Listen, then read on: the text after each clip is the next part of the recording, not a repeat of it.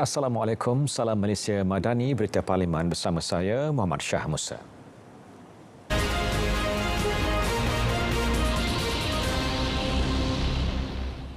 Dewan Negara hari ini meluluskan RUU Universiti dan College Universiti Pindaan 2023 bagi menambah baik tadbir urus pengurusan aktiviti dan tata tertib pelajar. RUU berkenaan diluluskan dengan lebih suara bersetuju selepas dibahas 18 ahli Dewan. Menteri Pendidikan Tinggi Datuk Seri Dr. Zamri Abdul Kadir menegaskan pindaan dibuat hasil perbincangan dengan pelbagai pihak. Pindaan antaranya melibatkan Seksyen 16B iaitu memindahkan kuasa pihak berkuasa tata tertib daripada Naib Chancellor kepada Jawatan Kuasa Tata Tertib Pelajar bagi pengendalian kes tata tertib di universiti. RUU ini akan menambah baik peruntukan Seksyen 48(11) ini dengan membenarkan universiti untuk menubuhkan apa-apa kumpulan wang atau memiliki apa-apa harta untuk diuruskan dan disenggara oleh Majlis Perwakilan Pelajar mengikut tata cara keuangan universiti. Dalam pada itu, Majlis Perwakilan Pelajar MPP dan Badan Pelajar dibenarkan membuka akaun dengan mana-mana institusi kewangan berlesen dan pengurusan keuangan mereka diaudit individu atau firma bertauliah. Ia bertujuan mendidik pelajar mengurus kewangan MPP dan persatuan mereka dengan teratur dan telus. RUU Suruhanjaya Hak Asasi Manusia Malaysia Pindaan 2023 berkuat kuasa secara perspektif dan bukan bertujuan menyelesaikan semua isu hak asasi manusia dalam negara. Timbalan Menteri di Jabatan Perdana Menteri Undang-Undang dan Reformasi Institusi M. Kulasegara menegaskan RUU bagi mengukuhkan kedudukan Suhakam demi kemaslahatan rakyat. Sebagai contoh, pindaan kepada Seksyen 4 memperluas bidang kuasa kepada Suhakam untuk melaksanakan pemantauan di kawasan selain tempat tahanan. Ia juga memberi dengan izin clariti kepada fungsi Suhakam dalam hal ini. Mengikut pindaan ini juga, Suhakam tidak boleh dihalang oleh mana-mana pihak jika Suhakam telah mengikuti undang-undang sedia ada. RUU tersebut diluluskan dengan lebih suara bersetuju. Turut diluluskan RUU Bantuan Bersama dalam perkara jenayah pindaan 2023. Ia bagi menambah baik peruntukan Akta Bantuan Bersama dalam perkara jenayah 2002, Akta 621 bagi memberikan bantuan bersama dalam perkara jenayah antara Malaysia dengan negara lain.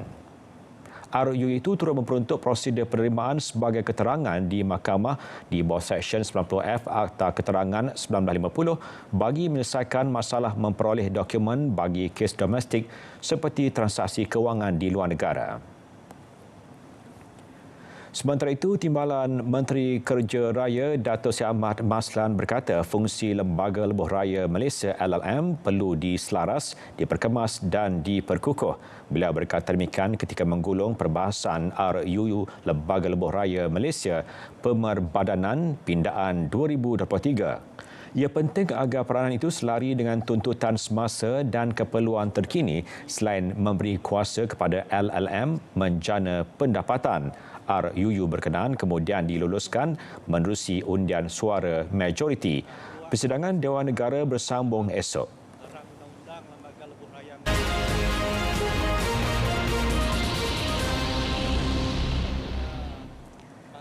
Rakyat Malaysia yang diselamatkan daripada menjadi mangsa penipuan sindiket tawaran pekerjaan akan disoal siasat. Keperluan itu bagi memastikan individu berkenaan adalah mangsa dan bukannya berperanan sebagai dalang.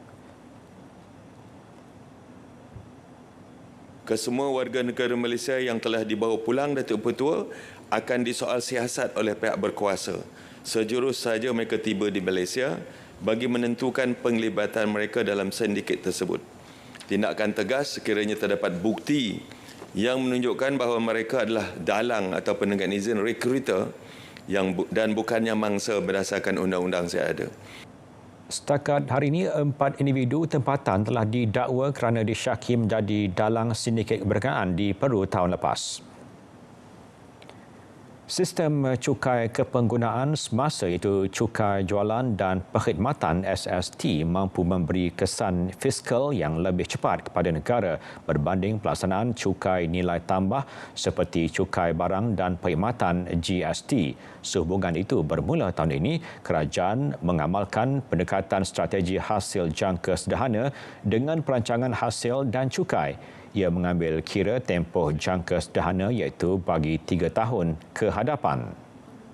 Hasil untuk jangka pendek iaitu pada masa ini kerajaan terus komited memperkemas dan menstruktur semula rangka percukaian semasa bertujuan untuk meningkatkan hasil negara bagi memenuhi keperluan perbelanjaan kerajaan, terutamanya bagi menyediakan perkhidmatan dan kemudahan kepada rakyat. Lembaga Pembangunan Pelaburan Malaysia telah meluluskan 4,230 projek teknologi hijau bernilai 41 bilion ringgit sehingga 2023. Timbalan Menteri Pelaburan, Perdagangan dan Industri Liew Chin Tong memberitahu pendekatan keseluruhan menunjukkan pertumbuhan yang ketara dalam pelaburan teknologi hijau. Insentif teknologi hijau juga telah ditambah baik melalui pendekatan berperingkat untuk menggalakkan lagi pelaburan dalam teknologi hijau.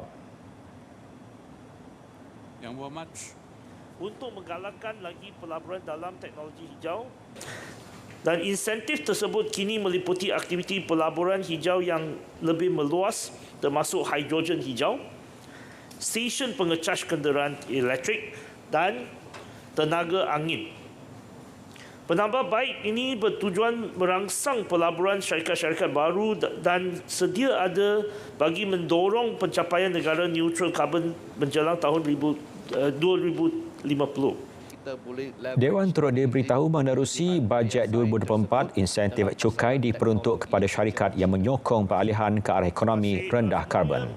Kita tidak semestinya dalam satu keadaan. Kementerian Pertanian dan Keterjaminan Makanan komited memastikan lebih ramai golongan belia menceburi bidang pertanian, antaranya dengan memberi pendedahan penggunaan teknologi moden seperti pertanian pintar dan drone.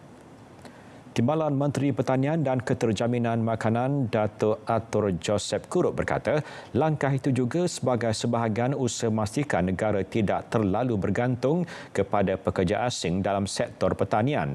Turut dimaklumkan tawaran kemudahan seperti pembiayaan dan geran dalam sektor tanaman, ternakan dan perikanan disediakan.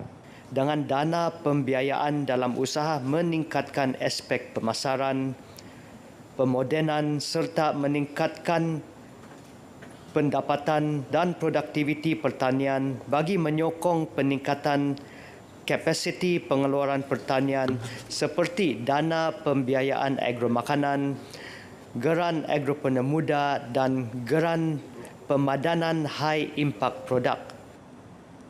Tambahnya, penyediaan latihan kemahiran turut dilaksana dalam melahirkan tenaga kerja mahir tempatan seperti program latihan kemahiran pertanian kebangsaan. Pusat Subfertility Negara yang pertama di Malaysia bakal dibina di Shah Alam, Selangor, melibatkan peruntukan RM171 juta. Pusat berkenaan dijangka beroperasi pada 2030.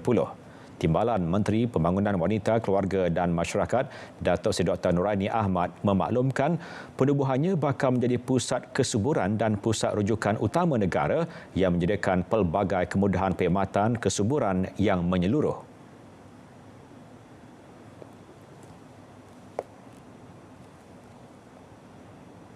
Pusat ini juga akan menjadi pusat latihan kepakaran dan penyelidikan kesuburan yang secara langsung akan meningkatkan daya keberkesanan perancangan kerajaan untuk terus memperlahankan penurunan TFR. Selain pada langkah-langkah untuk mengatasi masalah ketidaksuburan, kerajaan madani pada masa ini terus memberikan insentif kepada pasangan untuk mendapatkan rawatan kesuburan seperti berikut. Pengecualian cukai bagi rawatan kesuburan sehingga RM8,000 ringgit Malaysia yang telah bermula sejak pengumuman bajet tahun 2020. Pengeluaran wang caruman akaun 2 KWSP bagi tujuan rawatan kesuburan berkuat kuasa 1 September 2020. Beliau terdahulu memberitahu 7 klinik kesejahteraan lelaki telah diwujudkan LPPKN tahun lepas bertujuan membantu mengatasi masalah kesuburan golongan berkenaan. Jawatan Kuasa Permohonan Penggambaran Filem Asing dan Persembahan Artis Luar Negara ataupun PUSPAL bertanggungjawab menyemak latar belakang artis luar negara bagi setiap permohonan persembahan yang diadakan. Timbalan Menteri Komunikasi Teo Nii Ching menjelaskan sebarang isu sensitif seperti dasar negara, keselamatan, keagamaan, perkauman dan kebudayaan dibincangkan secara menyeluruh pada mesyuarat jawatan kuasa PUSPAL sebelum sebarang keputusan dibuat. Sekarang kami pun tengahlah meneliti garis panduan PUSPAL untuk memastikan bahawa elemen-elemen negatif ini dapatlah dielakkan dan dinotakan. Jadi saya harap bahawa ahli-ahli yang berhormat bolehlah janganlah oleh sebab satu insiden yang buruk jadi kita letaklah satu konotasi yang cukup negatif.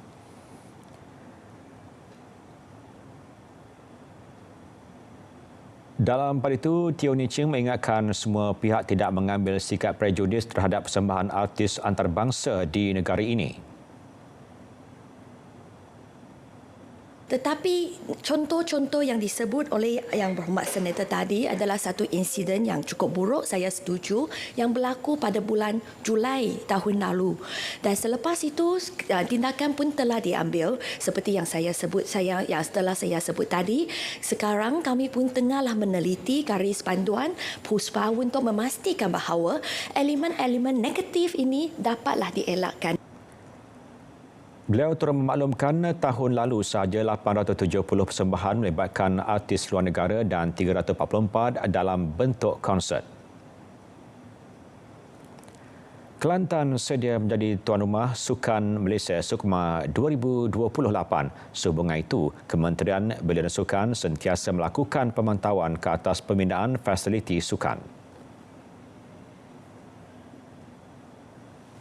Pihak Jabatan Kerja Raya JKR sentiasa memantau dan mengadakan mesyuarat tapak setiap bulan bagi memastikan pelaksanaan projek adalah mengikut jadual siap sepenuhnya pada pertengahan Mac 2026.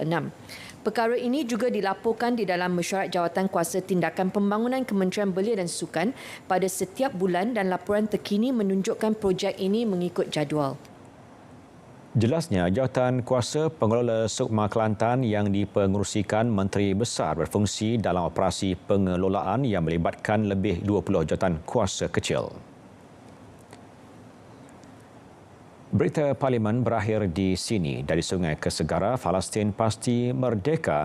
RTM teman setia anda. Assalamualaikum dan selamat malam.